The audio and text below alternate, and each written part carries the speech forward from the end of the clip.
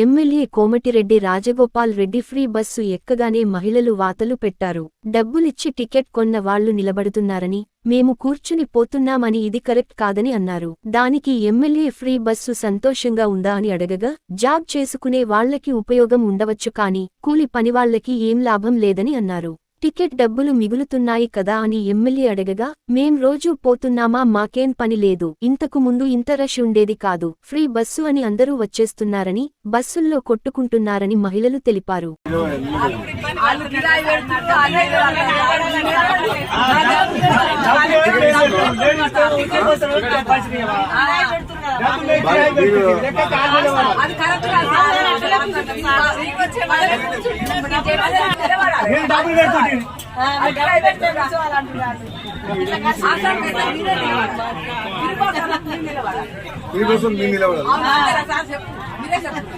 మీరు చెప్పాలి, నేనన్నా అనుకో మళ్ళీ బదనాం చేస్తాను.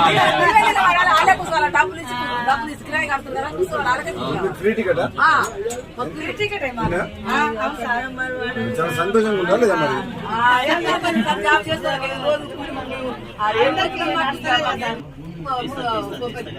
ముప్పై నుంచి 3 గంటల టికెట్ అంత 20 రూపాయలు 40 రూపాయలు రోజు పోతావా? మాకు ఏ పని?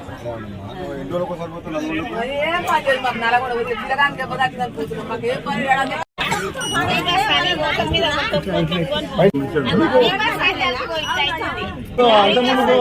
అంతకుముందు ఫ్రీ పెట్టక ముందుకు సీట్లు దొరికేదా?